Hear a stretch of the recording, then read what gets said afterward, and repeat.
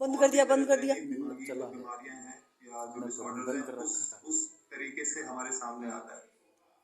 तो ये इसके लिए जरूरी है कि हम थोड़ा सा अपना जो वर्किंग कल्चर है उसको भी चेंज करें और वर्किंग टाइम को भी। सिर्फ कल्चर से नहीं बनेगा, हमें समय अपने लिए काम के बाद काम से अलग चाहिए होगा, वो जरूरी है।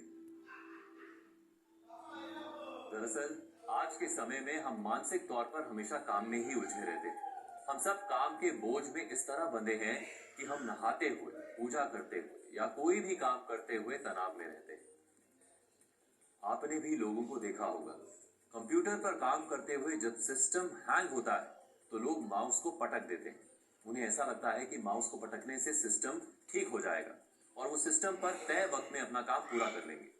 लेकिन इस तरह का रवैया भी बर्नआउट का ही नतीजा है। बर्नआउट को आप 3 कैटेगरीज में बांट सकते हैं। पहली है थकावट। ऐसी स्थिति में इंसान कमजोरी महसूस करता है, जैसे अभी 5000 कदम चलकर आए हों और सीधे ही काम पर लग गए। फिर चाहे आप कितने ही घंटे सो लें या कॉफी के कितने ही कप गटक लें, आपको हमेशा बदन टूटने जैसा एहसास होता रहता है। दूसरा पैमाना है निराशा। अपने सहकर्मियों की बेइज्जती करना और उनसे अलग थलग रहना हमें अकेलेपन का शिकार बना देता है। इससे चिड़चिड़ापन बढ़ता है। और तीसरा है प्रदर्शन में गिरावट। थकान और निराशा की वजह से इंसान हताश और असक्षम कर्मचारी में तब्दील होने लगते हैं, जिससे प्रदर्शन में गिरावट आती है। धीरे धीरे इंसान बर्नआउट होकर ऐसी स्थिति पर पहुंच जाता है जहां सब थमा हुआ दिखता है। इसीलिए बर्नआउट के लक्षणों पर गौर करिए, इन्हें समझिए, क्योंकि हो सकता है ये आपके साथ भी हो रहा हो।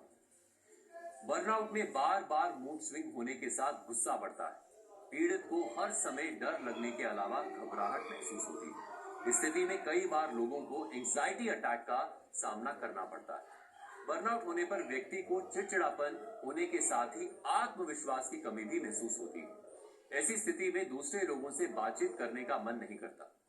आज की भाग दौड़ भरी जिंदगी में तनाव एक आम समस्या है, छोटा हो या बड़ा। आज हर कोई तनाव के जाल में फंसा हुआ है। बच्चों पर पढ़ाई का तनाव है, महिलाओं और पुरुषों पर घर के अलावा नौकरी का दबाव है, और यही तनाव बीमारियों का कारण बन रहा है। International journal of environment research and public health का एक सर्वे बताता है कि तनाव होने से लोग धूम्रपान ज्यादा करते हैं। ऐसे लोगों में हाई ब्लड प्रेशर, डायबिटीज का खतरा बढ़ जाता है।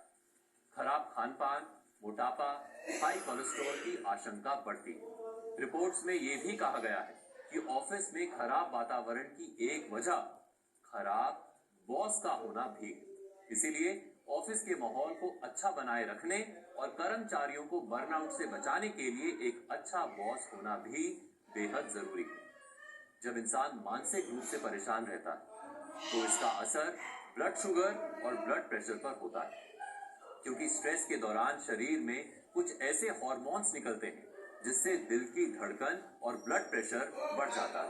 इन चीजों से आगे जाकर हार्ट प्रॉब्लम्स, स्ट्रोक का खतरा हो सकता है। बर्नआउट का कोई इलाज नहीं, लेकिन इस पर कंट्रोल किया जा सकता है। हो सकता है जब आप ये विश्लेषण देख रहे हो तब भी आप किसी तनाव में। बर्नआउट कोई बीमारी नहीं है, लेकिन कंपटीशन के दौर में आज इंसान के पास फुर्सत की सांस लेने तक का समय नहीं है। जेसिंडा आर्डन महज 37 वर्ष की उम्र में न्यूजीलैंड की प्रधानमंत्री चुनी गई थी।